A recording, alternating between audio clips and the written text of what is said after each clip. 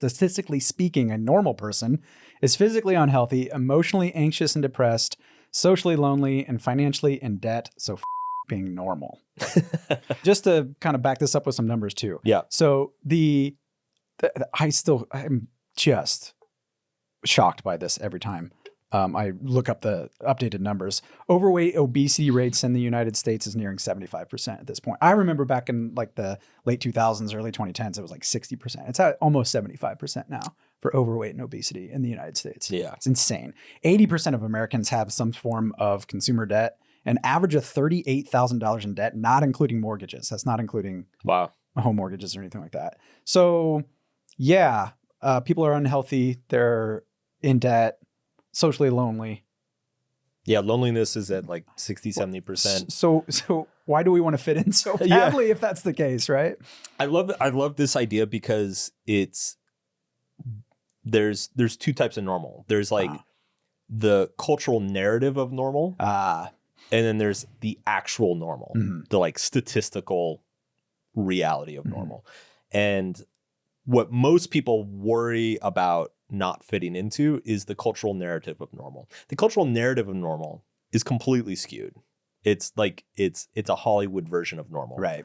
And it's invented and made up in people's minds, and it's probably a bunch of marketers and admin invented it to sell dish detergent and fucking hair care products. Like it's like our idea of normal is just completely off. It's so funny because this whole conversation of like not giving a fuck and not like, how can I give fewer fucks? How can I be less anxious? How can I worry less about what people are thinking about me?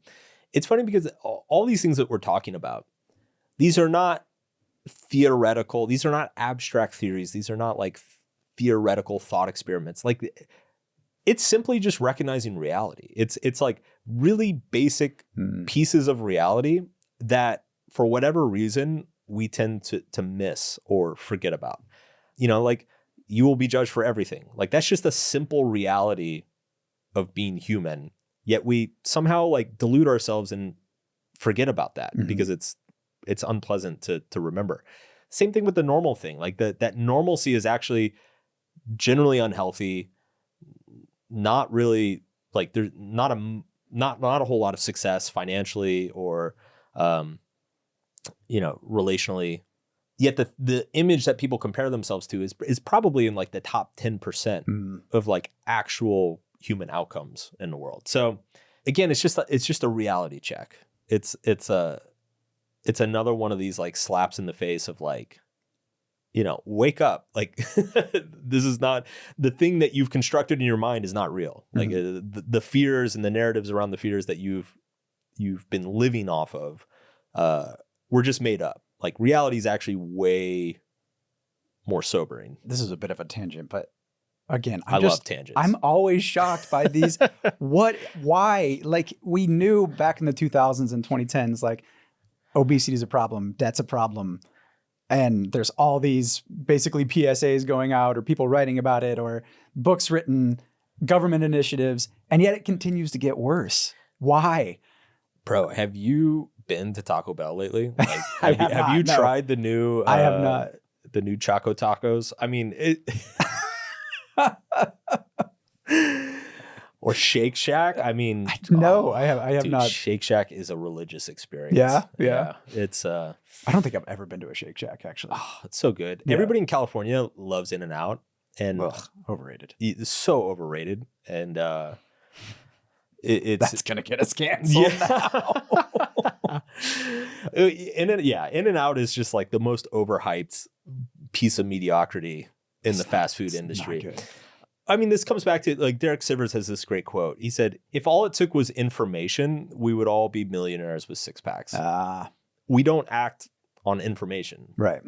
We act on emotion, and most lifestyle habits are driven by impulse and emotion, and it takes a lot of work and a lot of effort to either fight against those impulses or emotions or retrain those impulses and emotions to do the things that are healthy for us. And so it's like food is just a very we talked about this on the Health Journey podcast. Like food is it's such an instinctual, unconscious relationship in our life. Like it's such a primal thing, and our instincts around it are so fucking powerful. And so, I mean, like, as somebody who was obese just as recently as a few years ago, like, dude, I knew all the data. I knew everything about processed carbs and sugars and alcohol. Like I could have told you all of the information as we drove to Shake Shack and I ordered a double smoke shack with 2 orders of fries. Oh, it's so fucking tasty, dude. It's so tasty. That just that sounds painful to me now. Like that, it just I don't know. But it does get into like this. We're talking about this whole being normal thing. You do feel this pull back into that. Like, no, come join us. Come back to our side. Be normal. I've noticed that too, just around like health stuff. Luckily, my friends, like when I stopped drinking, none of them were like, "Oh, come on, just have a drink." But I know a lot of people who do get that. Yeah. Or a lot of people who, I'll sit down and I'm like, no, I don't want whatever terrible food that's here. Sure. I'll just have the salad or whatever. And sometimes I get some shit for that. Like, oh, come on, just live a little. There's that pull. You know what I mean? There's that pull. It's like the PhD thing, right? It's like, Yeah.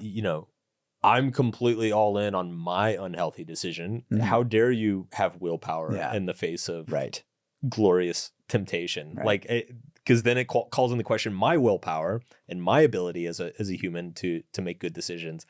I do think this is also an area where environment plays a very big role. I mean, again, huge. Just got back from Europe, like impossible to ignore that Europeans are significantly healthier on the food front than North Americans are.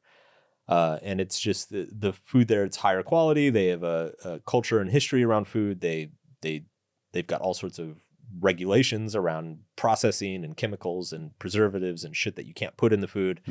And it makes a big difference. And you don't see fast food everywhere there like you do here.